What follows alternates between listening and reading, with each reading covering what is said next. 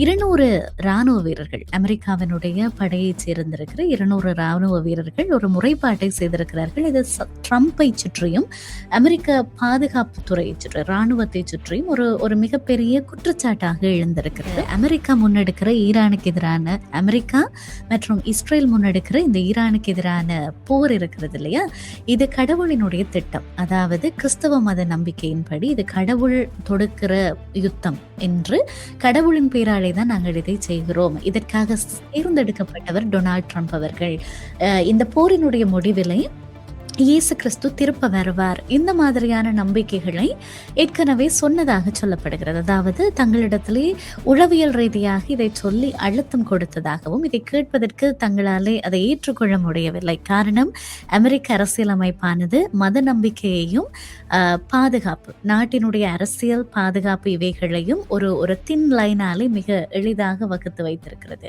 அது இங்கே எழுந்திருக்கிற குற்றச்சாட்டு என்னவென்றால், டொனால்ட் ட்ரம்ப் கடவுளாலே தேர்ந்தெடுக்கப்பட்ட தூதுவன் என்று சொல்லி.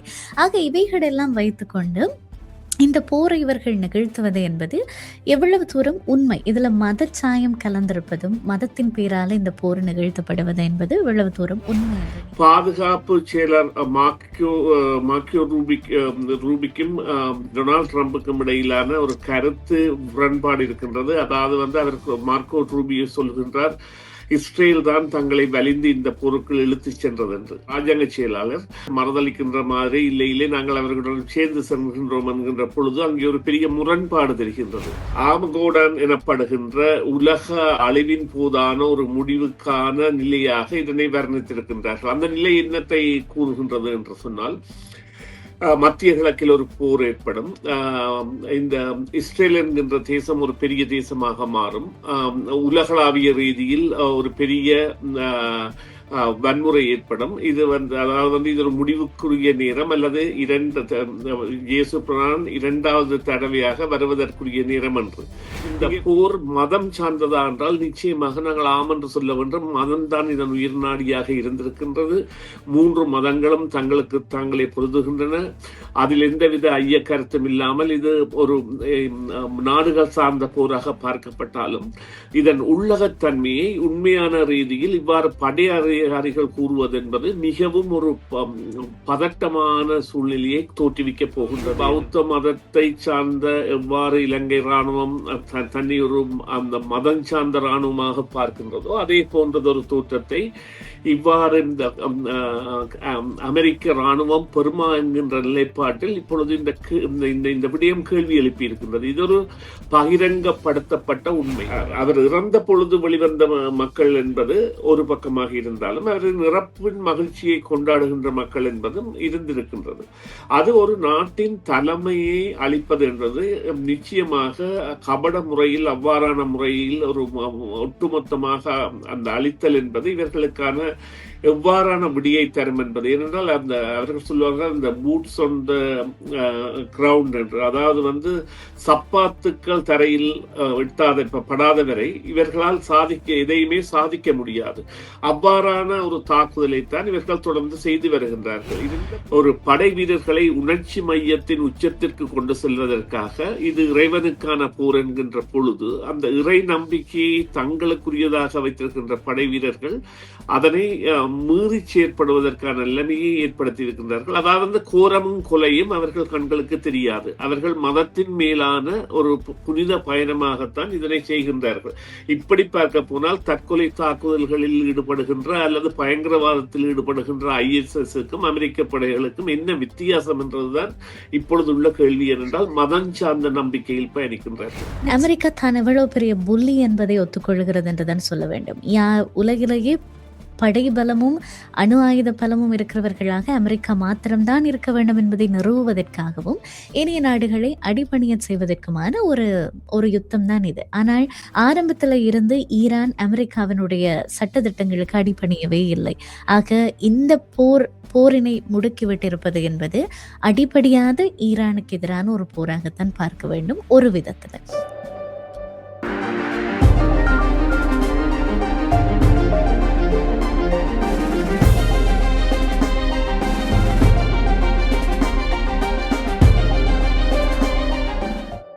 இது சமூக அரசியல் தளங்களிலே நிகழும் மிக முக்கியமான விடயங்களை பேசுவதற்கான நேரமாக இருக்கிறது.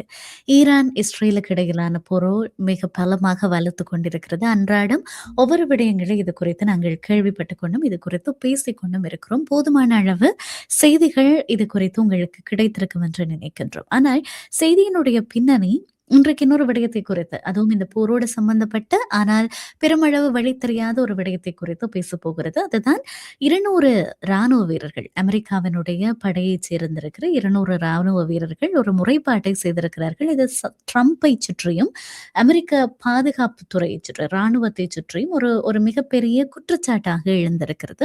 இது என்ன என்று சொல்லி சொன்னால், கிட்டத்தட்ட 200க்கும் மேற்பட்ட ராணுவ வீரர்கள் இந்த குற்றச்சாட்டை முன்வைத்திருக்கிறார்கள். இந்த அமெரிக்கா முன்னெடுக்கிற ஈரானுக்கு எதிரான, அமெரிக்கா மற்றும் இஸ்ரேல் முன்னெடுக்கிற இந்த ஈரானுக்கு எதிரான போர் இருக்கிறது இல்லையா, இது கடவுளினுடைய திட்டம். அதாவது கிறிஸ்தவ மத நம்பிக்கையின்படி இது கடவுள் தொடுக்கிற யுத்தம் என்று, கடவுளின் பேராலே தான் நாங்கள் இதை செய்கிறோம். இதற்காக தேர்ந்தெடுக்கப்பட்டவர் டொனால்ட் ட்ரம்ப் அவர்கள். இந்த போரினுடைய முடிவிலை இயேசு கிறிஸ்து திருப்ப வருவார். இந்த மாதிரியான நம்பிக்கைகளை ஏற்கனவே சொன்னதாக சொல்லப்படுகிறது. அதாவது தங்களிடத்திலே உளவியல் ரீதியாக இதை சொல்லி அழுத்தம் கொடுத்ததாகவும், இதை கேட்பதற்கு தங்களாலே அதை ஏற்றுக்கொள்ள முடியவில்லை. காரணம், அமெரிக்க அரசியலமைப்பானது மத நம்பிக்கையையும் பாதுகாப்பு, நாட்டினுடைய அரசியல் பாதுகாப்பு இவைகளையும் ஒரு ஒரு தின் லைனாலே மிக எளிதாக வகுத்து வைத்திருக்கிறது. அது இரண்டுமே ஒன்றோடொன்று கலக்கக்கூடாது என்று. ஆக அப்படி இருக்கு ஒரு பாதுகாப்பு படைக்குள்ளே அதுவும் எல்லா சர்வதேச ரீதியாக மிக உயர்ந்த அதி உயர்ந்த பாதுகாப்பு படையாக பார்க்கப்படுகிற அமெரிக்காவினுடைய இராணுவத்துக்குள் இவ்வாறான மூளை செலவை செய்யப்படுவது என்பது ஏற்றுக்கொள்ள முடியாதது என்று சொல்லி அந்த இராணுவ வீரர்கள் குற்றச்சாட்டை வைத்திருக்கிறார்கள். இது குறித்து அமெரிக்க பாதுகாப்புத்துறை எந்த நேரடியான பதிலை கொடுக்காவிட்டாலும் மறைமுகமாக இதற்கான விசாரணைகளை முன்னெடுப்பதாக சொல்லி இருக்கிறார்கள். இது குறித்து பேசுவதற்கு நிறைய இருக்கிறது. காரணம், இந்த கடவுளின் பெயரால் நிகழ்கிற யுத்தம் என்பது இஸ்ரேலியர்கள் முதற்கொண்டு இன்றைக்கு அமெரிக்காவும் இணைந்தது உட்பட ஈரான் வரைக்கும் இந்த பிரச்சனை என்பது வளர்த்து கொண்டே இருக்கிறது. இந்த கோணத்திலே இன்றைக்கு இந்த தலைப்பை நாங்கள் அணுக போகிறோம் மத ரீதியாக. இந்த உரையாடலுக்காக சுரேஷ் தர்மாவை இணைத்துக் கொள்ளலாம். வணக்கம் தர்மா. வணக்கம். வணக்கம் பிரியா. வணக்கம் நேர்களே. மற்றொரு உரையாடலில் உங்களை சந்தித்திருக்கிறோம் தர்மா. நான் ஏற்கனவே சொன்னது போல இந்த யுத்தத்துக்கு மதச்சாயம் பூசப்படுவது என்பது எந்த அளவுக்கு உண்மை? காரணம் என்னவென்றால், டொனால்ட் ட்ரம்பை சுற்றி பின்னப்பட்டிருக்கிற கதைகளை நான் சொல்லுகிறேன். அது எவ்வளவு தூரம் உண்மை என்பதற்கு அப்பாலே இது ஒரு மித்தாக இருக்கிறது. அதாவது கிறிஸ்தவர்களினுடைய பைபிள்ல சில விடயங்கள் குறிப்பிடப்பட்டிருக்கிறது. அதாவது அந்தி கிறிஸ்தவனுடைய வருகை குறித்து, அவர் எவ்வாறான தோற்றப்பாட்டை கொண்டிருப்பார், எங்கிருந்து வருவார், இது அவருக்கான அடையாளம் என்கிற ஒரு சில விடயங்கள் குறிப்பிடப்பட்டிருக்கிறது. அதிலே மிக பிரதானமானது அந்தி கிறிஸ்தவுக்கு ஒரு சமாதானத்தினுடைய தூதுவனாக தன்னை காண்பித்துக் கொள்வார் என்று. ஆக இந்த டொனால்ட் ட்ரம்ப் அண்மைய காலங்கள்ல தொடர்ச்சியாக அவருடைய பிரச்சாரங்களை பார்த்தால், நான் ஒரு நோபல் மேன், நான் ஒரு சமாதானத்தின் தூதுவன் என்பது போல சொல்லிக் கொண்டிருப்பதும், அண்மையிலே ஒரு சமாதானத்துக்கான நோபல் பரிசினை தன்னகப்படுத்தி இருப்பதும், அதாவது நேர்மையாக அது அவருக்கு கிடைக்கவில்லை, அதை அவர் தன்னகப்படுத்தி கொண்டார், கொடுக்குமா போல கொடுக்க வைத்தார். ஆக இந்த அடிக்கோடிடப்பட்ட ஒரு சில விடயங்களுக்கு பொருத்தமாக இருக்கிறது அது. அதற்காக நான் சொல்லவில்லை அவர்தான் அன்டி கிரைஸ்ட் அப்படி என்று. இதெல்லாம் அவரை சுற்றி பின்னப்படுகிற மித், உருவாக்கப்படுகிற கதைகள், அதற்கு அவர்கள் காட்டுகிற மத ரீதியான உதாரணங்கள். மற்றது, இஸ்ரேல் என்கிற அந்த நாடு, அதாவது கடவுளால் தேர்ந்தெடுக்கப்பட்ட தேசம் என்று எதை விவிலியம் சொல்லுகிறதோ, எதை அவர்கள் நம்புகிறார்களோ, ஆக இஸ்ரேல் எந்த நாட்டோடும் கலக்காது, ஆனால் ஒரு நாட்டோடு அது ஒன்றுபட்டு நிற்கும். அந்த நாட்டில இருந்துதான் அன்டி கிறிஸ்து வருவார் என்று சொல்லியும் அதில் குறிப்பிடப்பட்டிருக்கிறது. ஆக இஸ்ரேல் இப்போது துணைக்கு நிற்பது யாரோடு என்று கேட்டால், இல்லாமல் தன்னுடைய துணைக்கு யாரை அழைத்திருக்கிறது என்றால் அமெரிக்கா தான். ஆக அங்கேயும் ஒரு விதமான ஒருமைப்பாட்டை நாங்கள் பார்க்கிறோம். ஆக இவைகள் எல்லாவற்றையும் வைத்து இந்த அவரை ஒரு ஆன்டி கிரைஸ்டாக சித்தரிப்பதும் சரி. இப்போது இங்கே எழுந்திருக்கிற குற்றச்சாட்டு என்னவென்றால், டொனால்ட் ட்ரம்ப் கடவுளாலே தேர்ந்தெடுக்கப்பட்ட தூதுவன் என்று சொல்லி. ஆக இவைகள் எல்லாம் வைத்துக்கொண்டு இந்த போரை இவர்கள் நிகழ்த்துவது என்பது எவ்வளவு தூரம் உண்மை, இதுல மதச்சாயம் கலந்திருப்பதும், மதத்தின் பேரால இந்த போர் நிகழ்த்தப்படுவது என்பது எவ்வளவு தூரம் உண்மை என்று நீங்கள் நினைக்கிறீர்கள்? ஆம், இது நிச்சயமாக ஒரு அதாவது இப்பொழுது தற்பொழுது வெளிவந்த செய்தி, இந்த செய்தியின் தன்மையின் நாங்கள் ஆழத்தை நோக்குவதற்கான ஆராய்வதற்கான நேர காலங்கள் குறைவாக இருந்தாலும் தெரிந்த விடயங்களை வைத்து பார்க்கின்ற பொழுது ஒரு 40 படைப்பிரிவுகளைச் சேர்ந்த 200க்கும் மேற்பட்ட படை வீரர்கள் இவ்வாறாக தங்களது படையறிஞர்களுக்கு கூறியிருக்கின்றார்கள் என்கின்ற பொழுது அமெரிக்கா என்ற தேசம் தான் கட்டியமைத்த அரசியலமைப்பின் மீதான ஒரு கரிச்சாயத்தை பூசுவதாக மாறி இருக்கின்றது என்றால் அவர்களுடைய அரசியலமைப்பின் கீழ் அந்த ஒரு எந்த விதத்திலும் ஒரு சமயம் சார்ந்தவர்களாக அவர்கள் இல்லை. ஐ திங்க் நான் நினைக்கிறேன் இந்த அவர்கள் சொல்வது நாங்கள் நம்புகின்ற கடவுள் என்று. அதைத்தான் அவர்கள் கூறுவார்களே ஒழிய அவர்கள் அதனை ஒரு மதம் சார்ந்து கூற மாட்டார்கள். அந்த வகையில் பார்க்கின்ற பொழுது இப்பொழுது இவர்கள் செய்கின்ற இந்த விடயம் அல்லது இவ்வாறு கூறப்பட்டிருந்தால் இது மிகவும் பாரதூரமான விடயம். இப்பொழுது இந்த போர் என்பது ஒரு புதிய முகத்தை கொடுத்திருக்கின்றது. குறிப்பாக பாதுகாப்பு செயலர் மார்க்கோ ரூபிக்கும் டொனால்ட் ட்ரம்புக்கும் இடையிலான ஒரு கருத்து முரண்பாடு இருக்கின்றது. அதாவது அவர் மார்க்கோ ரூபியோ சொல்கின்றார், இஸ்ரேல் தான் தங்களை வலிந்து இந்த போருக்குள் இழுத்துச் சென்றது என்று. ராஜாங்க செயலாளர் மறுதளிக்கின்ற மாதிரி இல்லை நாங்கள் அவர்களுடன் சேர்ந்து செல்கின்றோம் என்கின்ற பொழுது அங்கே ஒரு பெரிய முரண்பாடு தெரிகின்றது.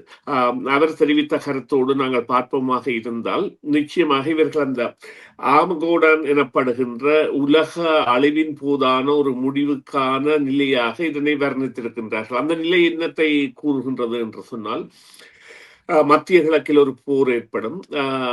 இந்த இஸ்ரேல் என்கின்ற தேசம் ஒரு பெரிய தேசமாக மாறும்.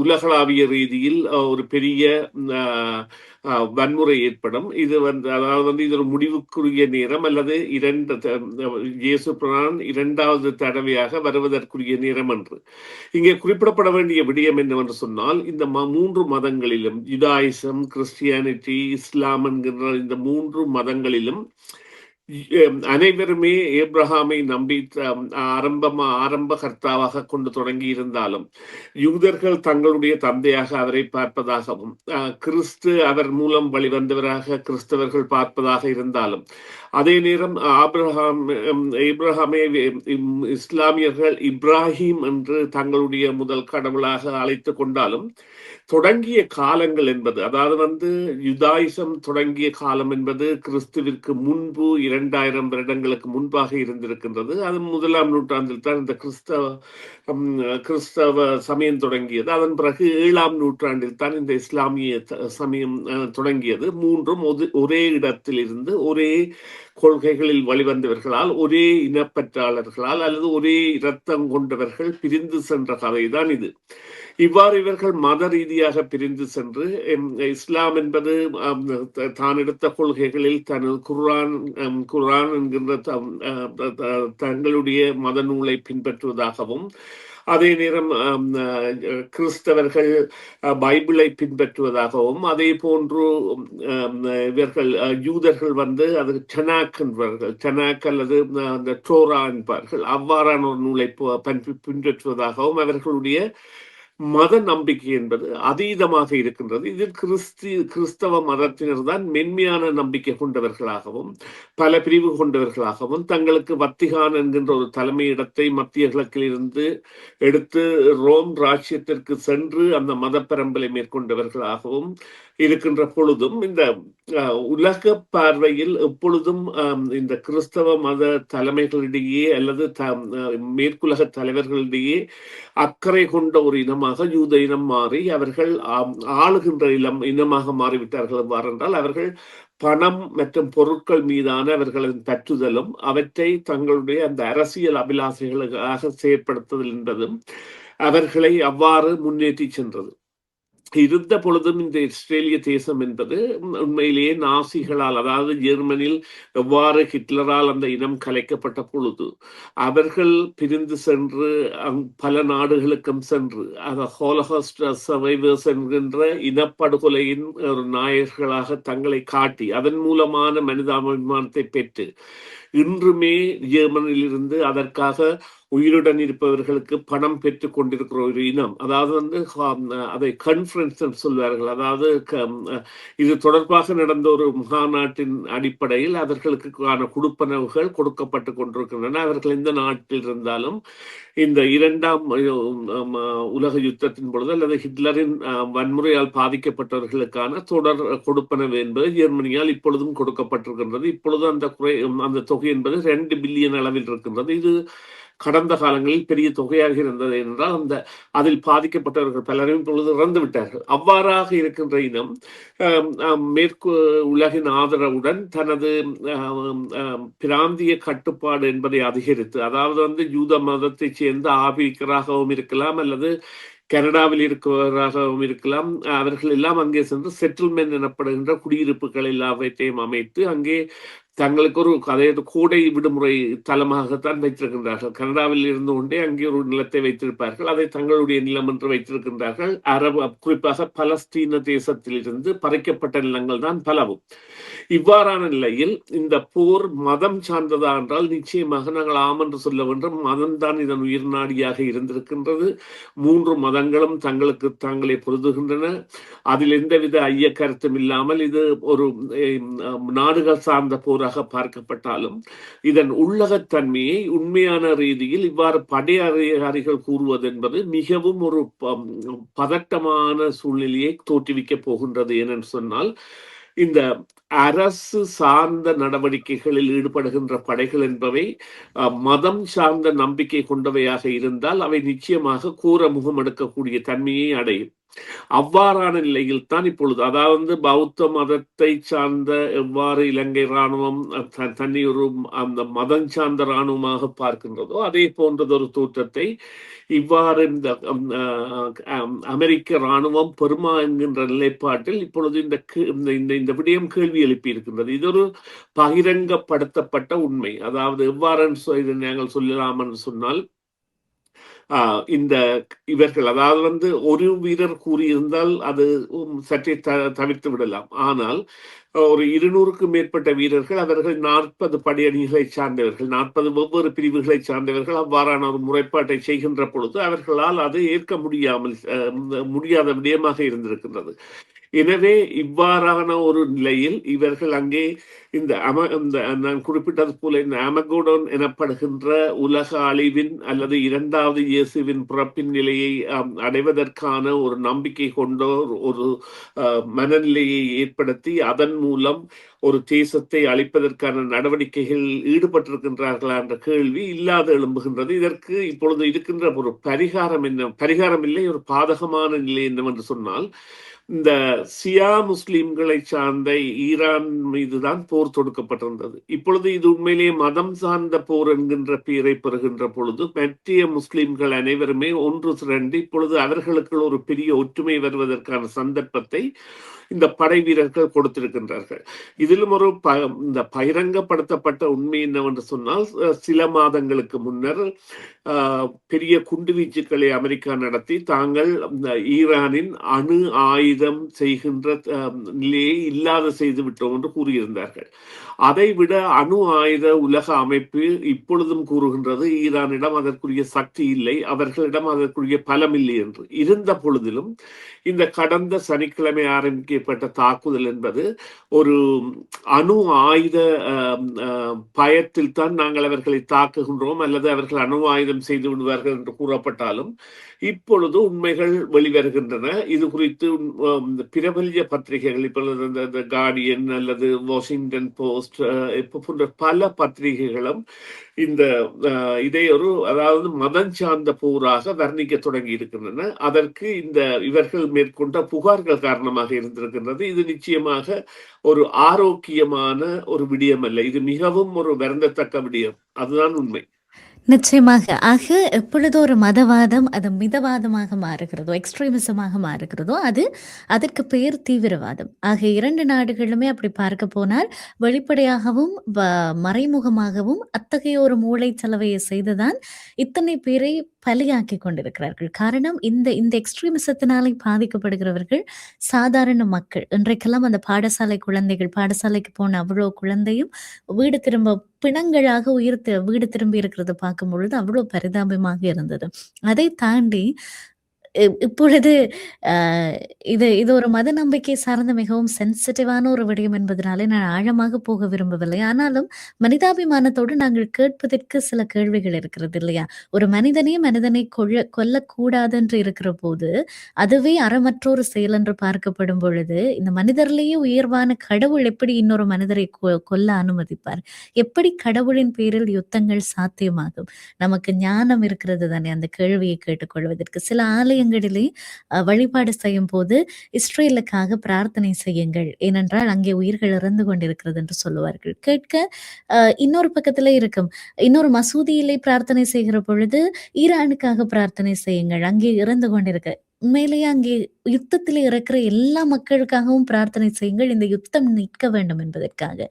அதுதான் அறமான ஒன்றாக இருக்கும். அதே நேரம் இன்னொரு பக்கம் ஈரானினுடைய பகுதியிலே, அங்கே இருக்கிற மக்களே பெரும்பாலானவர்கள் சொல்லுகிறார்கள், அங்கே இருக்கிற அந்த இஸ்லாமிய மிதவாதம் மிஞ்சின கலாச்சாரத்தையும், அவர்களினுடைய ஆட்சியையும் தாங்கள் வெறுப்பதாகவும், அங்கிருக்கிற பெரும்பகுதியானவர்கள் தான் அமெரிக்காவை உதவிக்கு அழைத்ததாகவும் கூட சொல்லுகிறார்கள். ஆக இதை நீங்கள் எப்படி பார்க்கிறீர்கள்? இல்லை, இதுல ஒரு விடயம் இருக்கின்றது என்னவென்று சொன்னால், அவர் ஒரு ஆன்மீக தலைவரும் மற்றும் ஒரு அரசியல் தலைவரும், அதற்குரிய ஒரு அரசியல் பீடம் அல்லது அதை தலைவரை தெரிவு செய்கின்ற பீடம் என்பன இருந்த பொழுதிலும், அவர்களுடைய சட்டங்கள் என்பன மிகவும் கடுமையானவையாகவும் அல்லது கடும் மத பிரயோகத்தை மேற்கொள்பவர்களாகவும், இப்ப அதாவது வந்து எவ்வாறு சொல்லலாம் என்றால், இப்ப நீங்கள் ஒரு யூத சமயத்தை எடுத்துக்கொண்டால் அதில் ஆர்த்தடாக்ஸ் ஜூயிஸ் என்று இருப்பார்கள், பழமைவாதம் பேணுபவர்கள்.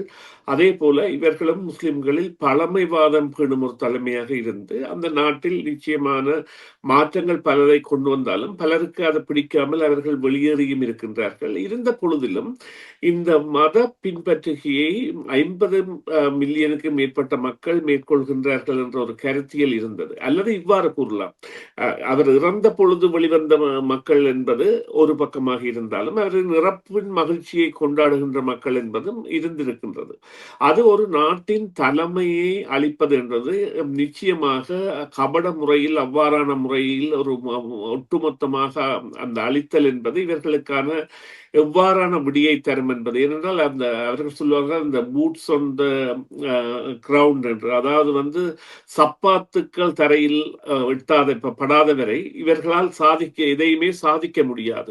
அவ்வாறான ஒரு தாக்குதலை தான் இவர்கள் தொடர்ந்து செய்து வருகின்றார்கள். இருந்த பொழுதிலும் அங்கே உள்ள நிலைமை என்பது அவர்களால் பரிசீலிக்கப்பட்டதாகவும் அங்கே உள்ள சமூகங்களின் ஆரோக்கியத்தை கவனிக்கக்கூடியதாகவும் இருக்க வேண்டும். ஒரு ரம்லான் அவர்களுடைய ஒரு திருநாள் காலத்தில், நான் நினைக்கிறேன் இப்பொழுது ரம்லான் காலமாக இருந்து கொண்டிருக்க வேண்டும் என்பதுதான் இருக்கு. இல்லை, இப்பொழுது அதுதான் காலம் என்று நினைக்கின்றேன். அவ்வாறான காலத்தில் இவ்வாறான ஒரு தாக்குதலை முன்னெடுத்து அதனை விரிவுபடுத்தி வேறு நாடுகளுக்கும் கொண்டு செல்வது, அந்த புனிதமான நோன்பு நேரத்தையே இவ்வாறு அவர்களுக்கு ஒரு தொந்தரவான நேரமாக மாற்றுவது போன்றவை எல்லாம் இந்த மத பிரசனங்களின் வெளிப்பாடா அல்லது மத ஒற்றுமைகளை கொண்டு வருவதற்கு, அதாவது வந்து இவ்வாறு கூறலாம். அதாவது இப்ப இந்த இப்ராஹிம், மோசஸ், நோவா என்கின்ற தலைமைகளை கொண்டவர்களாக இருந்தாலும் இவர்களுடைய அந்த இந்த 3 மதங்களினுடையதும் அந்த முதலாய கடமைகளாக வழிபடுதல் மற்றும் தானம் செய்தல் மற்றும் நீதிக்காக வேண்டுதல், மற்றது ஏழைகளுக்கு உதவுதல். அதனைத்தான் இந்த 3 அதாவது யூதர்களோ கிறிஸ்தவர்களோ அல்லது முஸ்லிம்களோ செய்வார்கள். அவர்களிடையே உள்ள போட்டி என்பது அதனை இல்லாத செய்து இரத்தத்தை காண்பதற்கான போட்டியாக மாறி வருகின்றது. இதில் இந்த யூத சமயத்திற்கு இணைந்து செல்லக்கூடிய அல்லது பிராக்மெட்ரிக் எனக்கூடிய நடைமுறையாக யூதர்களாக தங்களை பார்க்கக்கூடியவர்களாக பல கிறிஸ்தவ சமய விரும்பிகள் இருக்கின்ற காரணம் சில வேளைகளில் இவ்வாறான ஒரு முடிவை அவர்களுக்கு எடுத்திருக்கலாம். அதாவது ப்ரொஜெக்ட் 2025 என்கின்ற ஒரு திட்டத்தின் கீழ் கொண்டு வந்து எவ்வாறு குடியேற்றவாசிகளை வெளியேற்றினாரோ அல்லது தன்னுடைய அந்த 17ஆம் 18ஆம் நூற்றாண்டு நூற்றாண்டில் இருந்த நடைமுறைகளை கொண்டு வந்து இந்த வெஸ்டர்ன் ஹெமிஸ்பியர் எனப்படுகின்ற உலகின் மேற்கு பரப்பில் உள்ள நாடுகளை தனது கட்டுப்பாட்டின் கீழ் கொண்டு வந்து தான் வைத்திருக்க விரும்பினாரோ, அதே போன்ற இந்த நடைமுறை சாத்தியமில்லாத மூட நம்பி அல்லது கிரீன்லாந்தை கைப்பற்றுவோம், கனடாவை கைப்பற்றுவோம் அல்லது கியூபாவை நட்பு ரீதியில் இணைத்துக் கொள்வோம் போன்ற பல திட்டங்களை வைத்திருப்பதற்கு ஒரு சில வேளைகளில் தலையீடியாக மாறக்கூடிய விடயமாக இந்த மதம் மாறி இருக்கின்றது. ஏனென்றால் இப்பொழுது முஸ்லிம்களிடையே, இஸ்லாமியர்களிடையே, அரபுக்களிடையே ஒரு பெரிய ஒற்றுமை ஏற்பட வேண்டிய தேவையை இந்த கபடம் காட்டியிருக்கின்றது. இவ்வாறான கபட பிரச்சாரம் என்பது ஒரு போரின் பொழுது மேற்கொள்ளப்படுமாக இருந்தால் அது நிச்சயமாக உள்நோக்கம் என்பது அதுதான் என்பதை காட்டுகின்றது. நீங்கள் அதாவது ஒரு படை வீரர்களை உணர்ச்சி மையத்தின் உச்சத்திற்கு கொண்டு செல்வதற்காக இது இறைவனுக்கான போர் என்கின்ற பொழுது அந்த இறை நம்பிக்கையை தங்களுக்குரியதாக வைத்திருக்கின்ற படை வீரர்கள் அதனை மீறி செயற்படுவதற்கான நிலைமையை ஏற்படுத்தி இருக்கின்றார்கள். அதாவது கோரமும் கொலையும் அவர்கள் கண்களுக்கு தெரியாது. அவர்கள் மதத்தின் மேலான ஒரு புனித பயணமாகத்தான் இதனை செய்கின்றார்கள். இப்படி பார்க்க போனால் தற்கொலை தாக்குதல்களில் ஈடுபடுகின்ற அல்லது பயங்கரவாதத்தில் ஈடுபடுகின்ற ISISக்கும் அமெரிக்க படைகளுக்கும் என்ன வித்தியாசம் என்றதுதான் இப்பொழுது உள்ள கேள்வி. என்றால் மதம் சார்ந்த நம்பிக்கையில் பயணிக்கின்றார்கள். நிச்சயமாக நீங்கள் சொல்லுவது 100% சரி சுரேஷ் சர்மா. இதே கேள்வியை தான் நானுமே முதல்ல கேட்டிருந்தேன். ஆக நீங்கள் சொன்னது போல இந்த காலங்கள் இதை அவர் உணர்வு பூர்வமா வெறுமனே பௌதிக ரீதியாக போர் என்பதற்கு அப்பாலே அவர்களினுடைய ஒரு புனித மாதத்துல இந்த போர் தொடுக்கப்படுவதும் அந்த மக்களை நிம்மதியற்றவர்கள் ஆக்குவதும் என்பது நிச்சயமாக இது திட்டமிட்ட செய்யப்படுகிற அரங்கேற்றப்படுகிற ஒரு விடயம் தான். அது இருவருக்குமே கிறிஸ்தவர்களுக்கு இது லெந்து காலம், இஸ்லாமியர்களுக்கு இது நோன்பினுடைய காலம். ஆக இதே மாதிரி போன வருடம் என்று நினைக்கிறேன், நோன்பு காலங்களிலே பாங்கு ஒலிகளுக்கு பதிலாக காசாவிலிருந்து ஒரு ஒரு மரண ஊர்வலத்தினுடைய ஓலம் போல பாங்கு ஒலித்தது. நம்மாலே அதை மறக்கவே முடியாது. ஆக இந்த விடயங்கள் எல்லாம் திட்டமிட்டே செய்யப்படுகிறது தானா? இதற்கு மதத்தினுடைய மிதவாதம் காரணமாக இருக்கிறதா என்பதற்கு கேள்விகளேயற்ற வெளிப்படையாகவே பதில் இருக்கிறது. நீங்கள் சொன்னது போல இவர்கள் இந்த 2 தரப்பினரும், யூதர்களாக இருக்கட்டும், இந்த இஸ்லாமியர்களாக இருக்கட்டும், இவர்கள் 2 பேருமே ஒரு தகப்பனுடைய 2 தாயின் பிள்ளைகள். இஸ்மவேலினுடைய சந்ததி இஸ்லாமியர்கள் என்றும், ஈசாக்கினுடைய சந்ததி யூதர்கள் என்றும் அழைக்கப்பட்டார்கள். அண்ணன் தம்பிக்குள்ளான பிரச்சனை தான் இது. ஆனால் இவ்வாறாக மதத்தை பிரதிநிதித்துவப்படுத்தி இவ்வாறான மூளைச்சலவை செய்து இத்தகைய போக்கில இது நகரமாக இருந்தால், நீங்கள் சொன்னது போல இது 2 நாடுகள் என்பதை தாண்டி இனக்கூட்டம், மதம் சார்ந்து இன்னும் பெரிய பெரிய சேதங்களை ஏற்படுத்துவதற்கான வாய்ப்பு இருக்கிறது. அதே நேரம் அமெரிக்கா தனக்கு எந்த லாபமும் இல்லாமல் எந்த ஒரு போரிலுமே ஈடுபடாது. ஆக இந்த போரை பொறுத்த வரைக்கும் என்னதான் வெளியரங்கமாக அவர்கள் சர்வதேச பாதுகாப்புக்கு அச்சுறுத்தலாக இருக்கிறார்கள், அவர்களுடைய ஏவுகணை நடவடிக்கைகளை தடை செய்ய வேண்டும், அதுக்காகத்தான் போறோம் என்று சொன்னாலுமே ஈரானினுடைய எண்ணெய் வளத்தின் மீது அமெரிக்காவிற்கு இருக்கக்கூடிய ஆர்வம் ஒன்று. இரண்டாவது இதை வெளிப்படையாக ஒத்துக்கொள்வதன் மூலம் அமெரிக்கா தான் எவ்வளவு பெரிய புள்ளி என்பதை ஒத்துக்கொள்கிறது என்றுதான் சொல்ல வேண்டும். உலகிலேயே படை பலமும் அணு ஆயுத பலமும் இருக்கிறவர்களாக அமெரிக்கா மாத்திரம்தான் இருக்க வேண்டும் என்பதை நிறுவுவதற்காகவும் ஏனைய நாடுகளை அடிபணிய செய்வதற்குமான ஒரு யுத்தம் தான் இது. ஆனால் ஆரம்பத்துல இருந்து ஈரான் அமெரிக்காவினுடைய சட்டதிட்டங்களுக்கு அடிபணியவே இல்லை. ஆக இந்த போரினை முடுக்கிவிட்டிருப்பது என்பது அடிப்படையாத ஈரானுக்கு எதிரான ஒரு போராகத்தான் பார்க்க வேண்டும் ஒரு விதத்துல. ஆக இதை குறித்து பேசுவதற்கு நிறைய இருக்கிறது. தொடர்ந்தும் வருகிற நாட்களில் நாங்கள் பேசலாம். மிக்க நன்றி சுரேஷ் தர்மா, இந்த உரையாடலில் இணைந்தமைக்காக. நன்றி பிரியா, நன்றி நேர்களே. மதங்கள் எங்களை காப்பாற்றட்டும். டிவிஐ யூடியூப் சேனலில் இணைந்திருக்கும் நேர்கள் அனைவருக்கும் எமது நன்றி. எமது காணொளி தொகுப்புகளை தொடர்ந்து நீங்கள் பார்வையிடுவதற்கு கீழிருக்கின்ற பெல் பட்டனை அழுத்துவதனூடாக நோட்டிபிகேஷனில் பல காணொளி தொகுப்புகள் உடனுக்குடன் உங்களை வந்து சேரும். அருகில் இருக்கின்ற முக்கிய காணொளி தொகுப்புகளையும் பார்வையிட தவறாதீர்கள்.